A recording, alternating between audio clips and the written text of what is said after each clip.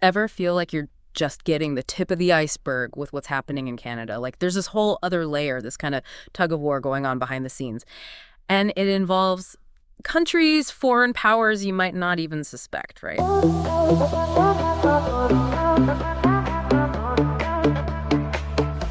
Hey everyone, and welcome back to Dance Plane. I'm Edward. And I'm Lily. We're diving deep today, and it all started with something you sent our way.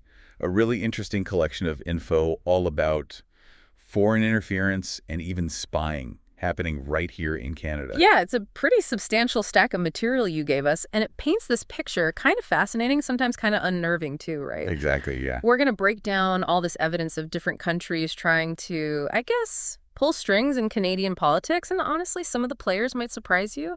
But we also want to take a step back, look at the bigger picture, the history of espionage, spying in North America, to give you some crucial context for what's happening today. Absolutely. I mean, we're aiming to kind of cut through all the clutter, right? The news can be overwhelming sometimes. Oh, for sure. Our goal is to give you those aha moments, those key insights, so you can really understand how big this issue is, the impact of foreign interference in Canada, without getting bogged down in all the details. Perfect. So first things first, when we say foreign interference, what exactly are we talking about? Right, that's the starting point. Well, the documents you shared define it as, like, harmful activities by foreign states or groups linked to them to push their own agendas. And these agendas, they're not good for Canada. They hurt our national interests. It's not just about, like, disagreements between countries, right? It's more than that. Oh, yeah, it's way more than that. It's about these countries trying to secretly influence what happens within Canada, kind of like pulling levers in our system without us knowing. And this can take many forms, right? Could be messing with elections online, could be straight up spying to steal important information, or even funding groups that push a specific foreign agenda. Sometimes it's even direct pressure on our leaders to make decisions that benefit them, not us. Wow. Okay, that helps to understand the scope. So which countries are the main players here? Which ones are we most concerned about when it comes to interfering in Canada? Well, everything we've looked at really points to China and Russia as the main actors we need to worry about. The U.S. is mentioned too, though their involvement seems to be a little different, less intense. We'll get into those nuances later. Sounds good. Let's start with China. What's their game plan? What are they really after in Canada? From what we've gathered, China's focus seems to be on two main things: political interference and classic espionage. So trying to gain a foothold in our political system and get their hands on secrets. Exactly. And it makes sense when you think about it. If they can influence our politics, it helps them achieve their goals on a global scale. And getting access to our technology or government info, that gives them a strategic edge. Makes sense. Okay, what about Russia? What tactics do they use? Russia seems to be all about disinformation campaigns. They're not as focused on getting specific people elected, but more about causing chaos and division within Canada. The goal is to spread lies and misleading information, make people distrust our democracy, and exploit existing tensions in our society. It's basically weakening a country from the inside, you know? Yeah, that's pretty scary. Okay, and what about the U.S.? You mentioned their involvement is a bit different. What's the deal there? Right. So with the U.S., it seems to be less about covert operations and more about funding certain groups in Canada, especially environmental groups, from what we've seen. It's worth noting that this kind of thing can definitely influence our political debates, but it's often done within the law, unlike the more shady stuff we've seen from China and Russia. Okay, so different approach, but still a form of influence, right? Exactly. Got it. Now, what about our own intelligence agency, CSIS? What are they seeing on the ground? Do they agree that this is a serious problem? Absolutely. The material says CSIS considers foreign interference one of the top threats to Canada right now. There was a report from 2021 that specifically called out these countries, China, Russia, for their increasing activities here. Clearly, our intelligence agencies are taking this very seriously. Okay, good to know. So what kind of concrete evidence has CSIS actually found? What specific examples of interference have they uncovered? Well, for starters, that same 2021 CSIS report pointed to China interfering in both the 2019 and 2021 federal elections. They're accused of supporting certain candidates, the ones who they saw as friendly to their interests, especially those who weren't vocal against China on issues like Hong Kong or the Uyghurs in Xinjiang. It's about trying to shape who ends up in our government. That's really troubling. So they're literally trying to put their people in power. And what about these disinformation campaigns? How do they actually work on the ground? Well, Russia seems to be really good at exploiting existing divisions in Canada. They find those cracks in our society, those polarizing issues, and they amplify them. Fan the flames, They target groups on the fringes, spread false narratives, and make it really hard for people to figure out what's true and what's not. It creates this atmosphere of confusion and mistrust. Yeah, that's dangerous, especially in the age of social media where things spread so fast. Okay, you mentioned some specific incidents earlier. Can you give us a couple of concrete examples of this interference in action? I think that would really help paint the picture for our listeners. Yeah, sure. So go back to election meddling. There's evidence that China actually set up and funded a whole secret network of candidates in the 2019 election. They wanted to make sure that a certain number of people who were sympathetic to their interests would get elected to parliament. Wow, that's a direct attack on our democracy. It's not even subtle. Right. And there's also reason to believe that they did similar things in the 2021 election. It's not about supporting a specific party. It's about controlling who gets to represent us. That's disturbing. What about examples of specific individuals being targeted? Has that happened? Yeah, unfortunately. Okay. That 2021 CSIS report also revealed that China had targeted certain members of parliament, specifically ones who had spoken out against China's human rights record. There was one case with MP Michael Chong. He faced harassment and intimidation because he criticized China's treatment of the Uyghurs. So they're trying to silence dissent, basically. And what kind of impact does that have? It's a huge problem. It affects the individual, of course, but it also sends a message to anyone else who might want to speak up. It creates a climate of fear. Makes sense. Okay, one last thing on this. You mentioned these disinformation campaigns. Can you give us an idea of what they actually looked like? What kind of information were they putting out there? Sure. So during the COVID-19 pandemic, both China and Russia were very active on social media, spreading false information. Things like conspiracy theories about the origin of the virus, which obviously could undermine public health efforts. We also saw similar tactics during the Freedom Convoy protests. Foreign actors were amplifying anti-government narratives, basically trying to make the situation worse and erode trust in our institutions. Right, trying to make Canadians turn against each other. It's really insidious. Yeah, it is. And if you want to learn more about this kind of stuff, Elections Canada actually has some great resources on their website about foreign interference tactics, especially in the online world. Oh, that's good to know. We'll make sure to include a link to that in the show notes. Okay, let's shift gears and talk about the U.S. for a bit.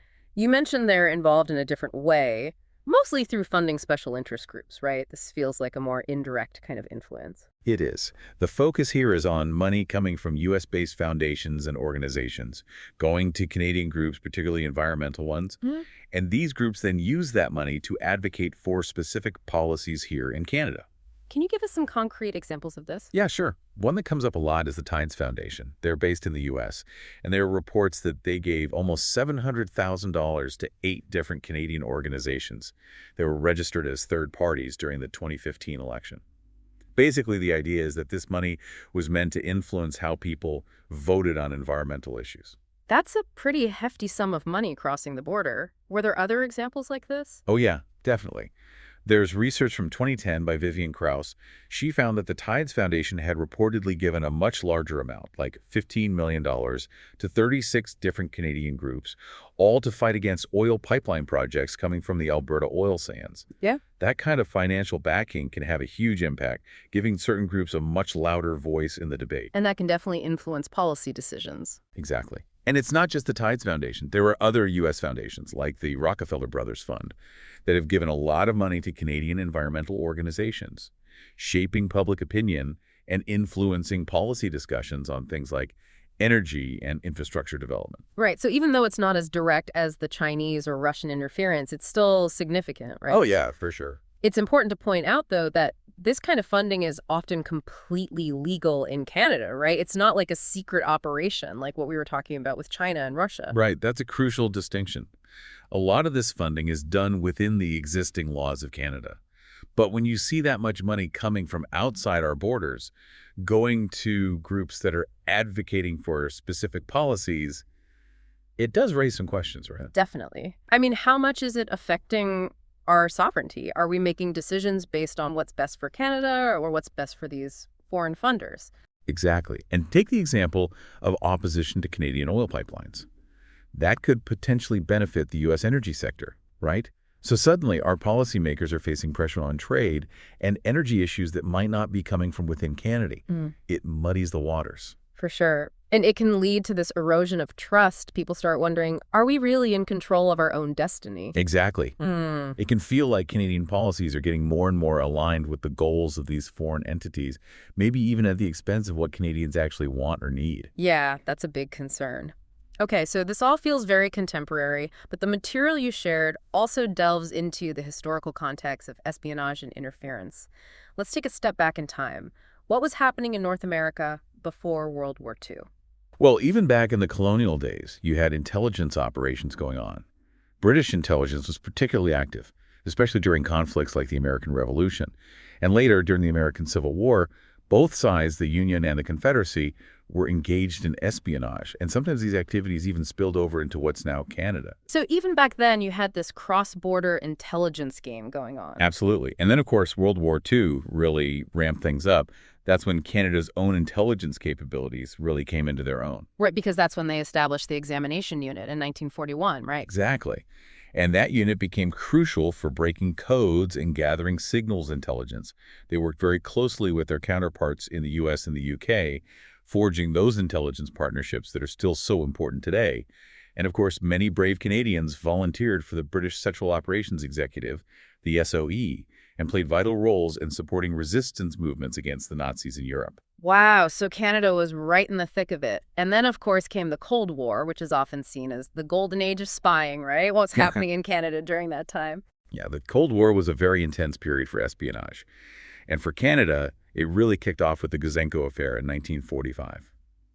Igor Guzenko, he was a Soviet cipher clerk working in Ottawa, and he defected, exposing a huge Soviet spy ring operating in North America. They were after military secrets, including information about nuclear technology. Wow, that must have been a major shock to the system. Oh, absolutely. It really brought home the reality of foreign espionage for Canadians, and it led to a lot of changes in how we approach security and intelligence. So how did Canada respond to this new threat? Well, the RCMP Security Service took on the responsibility of monitoring and countering communist activities within Canada. Unfortunately, this eventually led to them spying on Canadian citizens who were suspected of having communist sympathies. This included left-wing activists and Indigenous leaders. It was a period from the 1950s to the 1980s that raised a lot of questions about balancing national security with individual rights. Yeah, that's a tough balance to strike. For sure. And it was also during the Cold War that the Five Eyes Alliance really solidified. That's the intelligence sharing partnership between Canada, the US, the UK, Australia, and New Zealand. It's still incredibly important today.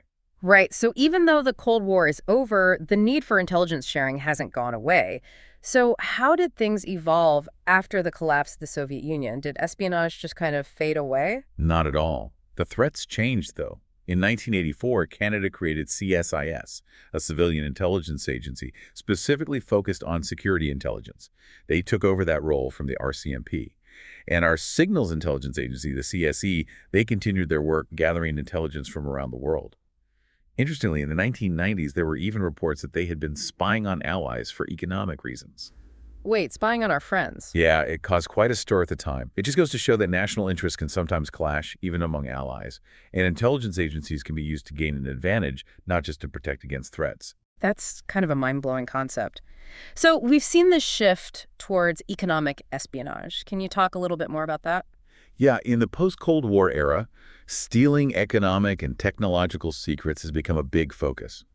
China, in particular, has been accused of this a lot. They've been accused of stealing intellectual property and trade secrets from Canadian companies. Some experts even believe that this played a role in the downfall of Nortel, a major Canadian tech company, in the 2000s. Wow, so it can have real-world economic consequences, not just for companies, but for the whole country. Okay, so let's bring it all back to today. What are the biggest impacts of all this foreign interference on Canada's democracy? Well, it affects us on multiple levels. First, there's the issue of election integrity.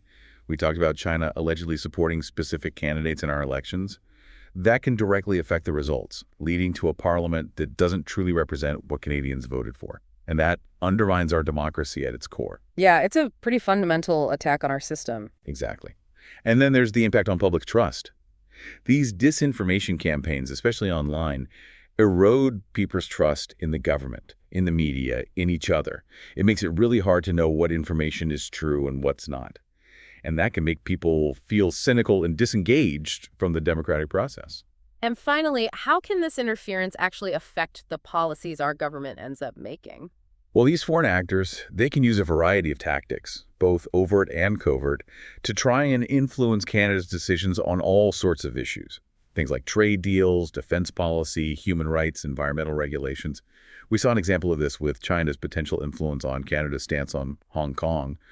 This kind of interference can lead to policies that benefit the foreign power, not necessarily what's best for Canadians. So it's not just about meddling in elections, it's about shaping the entire direction of the country. Exactly. Okay, so this all sounds pretty dire. What's being done about it? Are there any measures in place or recommendations to try and counter foreign interference in Canada? Yeah, there are some things happening. On the legislative side, there's Bill C-70, which is a pretty significant step.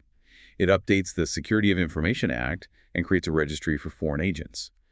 The idea is to make it more transparent when someone is working on behalf of a foreign government here in Canada. That sounds like a useful tool, knowing who's really pulling the strings. What other countermeasures are in place? Well, there's also been a push to improve intelligence sharing between different agencies in Canada, like CSIS and the RCMP, and also with other relevant departments. Because to really combat this, you need everyone working together, sharing information, and coordinating their efforts.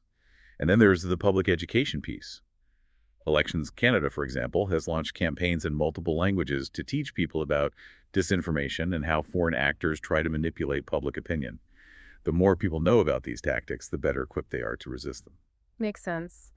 And what about the issue of foreign funding for special interest groups? Are there any steps being taken to address that? Yeah, that's a tricky one. The documents you shared really emphasize the need for more transparency when it comes to who's funding these groups. We need to know where the money is coming from.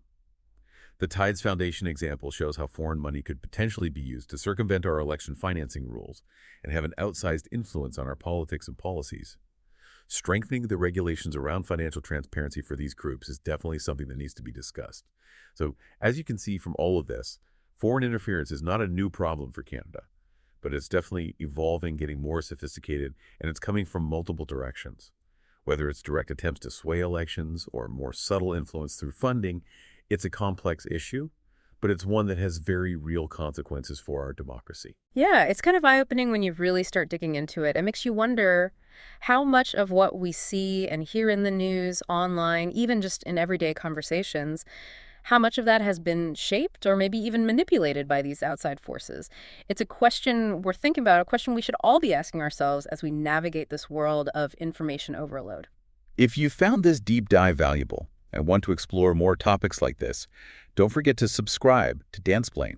We release new episodes every week, and you can also find us online at www.dansplain.xyz, where we have even more in-depth articles, blog posts, and even some cool Dansplain merchandise. We love having you all as part of this conversation.